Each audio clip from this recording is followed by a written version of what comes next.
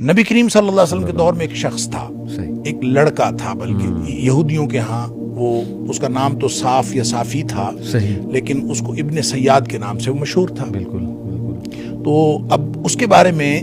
صحابہ کرام نے باقاعدہ نبی کریم صلی اللہ علیہ وسلم سے یہ عرض کیا کہ اس کے اندر ہم کچھ چیزیں ایسی دیکھتے ہیں جو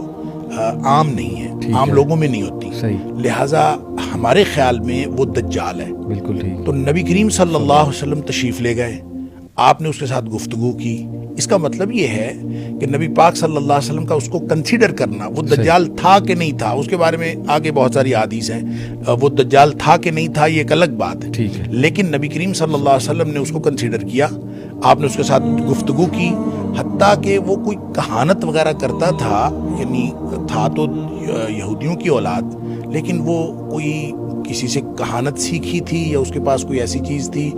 کہانت کہتے ہیں کسی چیز کا حساب لگا لینا، اور وہ حساب لگا لیتا تھا، اس کو کوئی قدرتی صلاحیت تھی یا جو بھی کچھ تھا، تو وہ ایک ایسی بات کرتا تھا جس سے لوگوں کو شک ہوتا تھا کہ یہ کوئی مافوق الفطرت قسم کی چیز۔ اس لیے صحابہ کرام نے نبی پاک صلی اللہ علیہ وسلم سے فرمایا، آپ نے جا کے نا امتحان لینے کے لیے آپ نے یہ فرمایا بھی کہ آپ نے فرمایا کہ تم بتاؤ کہ میں نے دل میں کیا چیز سوچی ہے، تو وہ آگے سے کہنے لگا دخ دخ۔ اچھا، نبی کریم صلی اللہ علیہ وسلم فرماتے ہیں میں نے دخان یعنی دھواں سوچا تھا، اور اس شخص نے ایسی ہی بات اس سے ملتی جلتی گیس کر لیا، یعنی اس نے ایک بہرحال اس کا گیس جو تھا قریب قریب تھا۔ تو آپ صلی اللہ علیہ وسلم نے فرمایا کہ اس سے آگے تو نہیں جا سکتا، گویا حتمی علم تو اللہ کے پاس ہوتا ہے، اور یہ تک بندی کر لیتے ہیں لوگ جو حساب کتاب لگاتے ہیں کاہن وغیرہ، تو اس نے ایسی بات کر لی۔ اس کے بعد وہ شخص کافی دیر زندہ رہا، وہ یعنی عمر فاروق رضی اللہ تعالیٰ عنہ کے دور میں بھی تھا، اور لوگ جو ہیں اس کے بارے میں بعض لوگوں نے تو صحابہ کرام کے بیانات آتے ہیں کہ ہم نے تو کنفرم سمجھا ہوا تھا کہ یہی دجال۔ اس پر پھر ابو سعید خدری رضی اللہ تعالیٰ عنہ کی ایک حدیث جو ہے وہ ہمیں اس کے بارے میں ایک رہنمائی فراہم کرتی ہے۔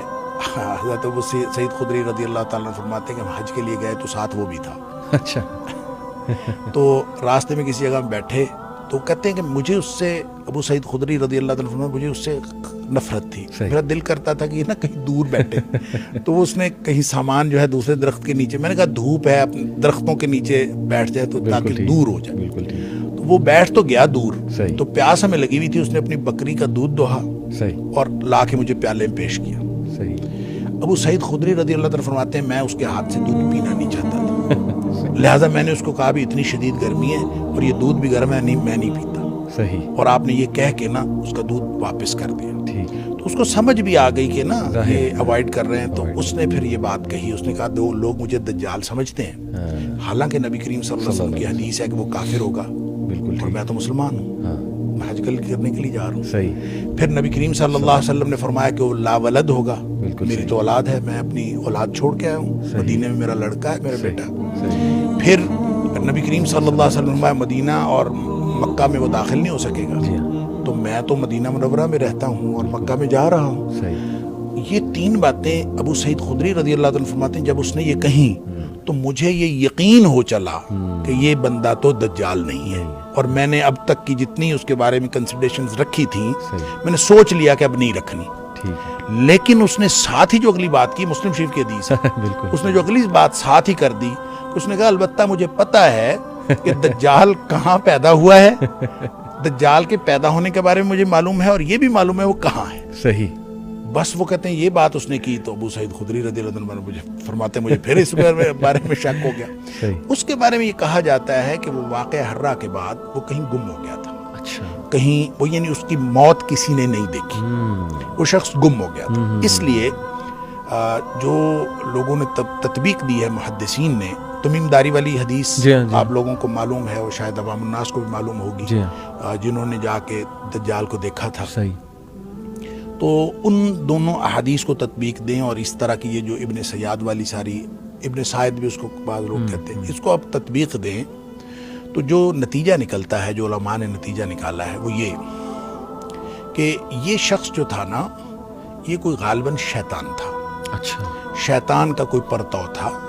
اور اس کا کنیکشن تھا اس شخص کے ساتھ، دجال کے ساتھ. وہ جو اصل دجال ہے یہ دجال نہیں تھا, ٹھیک ہے, لیکن اس کا کنیکشن اس کے ساتھ تھا, کنیکشن اس کے ساتھ. اور یہ پھر دوڑا بھی وہاں سے ہے. اور بعض نے کہا کہ شیطان نے ایک انسانی روپ دھارا ہوا تھا, صحیح,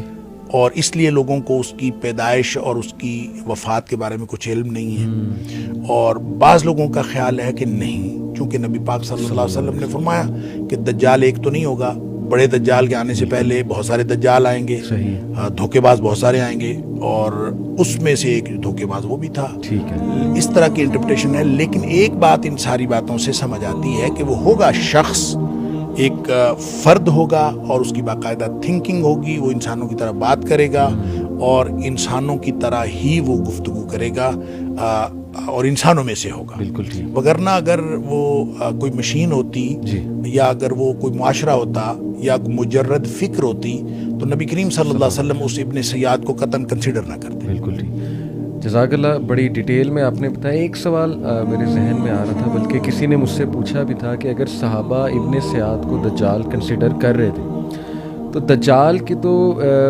فزیکل کریکٹرسٹک اتنے واضح ہیں, آنکھ کا جو ذکر ہے کہ ایک آنکھ تو جو ہے وہ اس طرح گریپ کی طرح پروٹیوٹ کر رہی ہوگی, تو کیا ابن سیاد پہ وہ فزیکل کریکٹرسٹک پورے اتر رہے تھے جو صحابہ نہیں نہ اتر سمجھ رہے چکے؟ تھے, یہی تو میں کہہ رہا ہوں, نہیں اتر رہے تھے. اسی لیے تو صحابہ کرام شک میں مبتلا شک میں تھے کہ اس کے اندر کچھ خصوصیات تھیں. ایک بات. دوسری بات یہ ہے کہ نبی پاک صلی اللہ علیہ وسلم نے جتنی دجال کی نشانیاں بتائی ہیں وہ کوئی ایک ہی فہرست میں تو نہیں بتا دی, آپ مختلف اوقات میں بتاتے رہے. اب ہمارے پاس کمپائل ہو کے وہ ساری موجود ہیں. بالکل. لیکن اس وقت جب ابن سیاد موجود تھا, اس وقت کچھ نشانیاں بتائی تھی, کچھ نہیں بتائی تھی. البتہ کافر والی تو تھی. یہ جو مسلم شریف کی حدیث میں خود وہ کہہ رہا ہے, ابو سعید خدری رضی اللہ عنہ کی روایت کے مطابق وہ خود کہہ رہا ہے کہ نبی پاک صلی اللہ علیہ وسلم کافر ہوگا, میں تو مسلمان ہوں. تو اس کا مطلب یہ نشانیاں تو تھیں.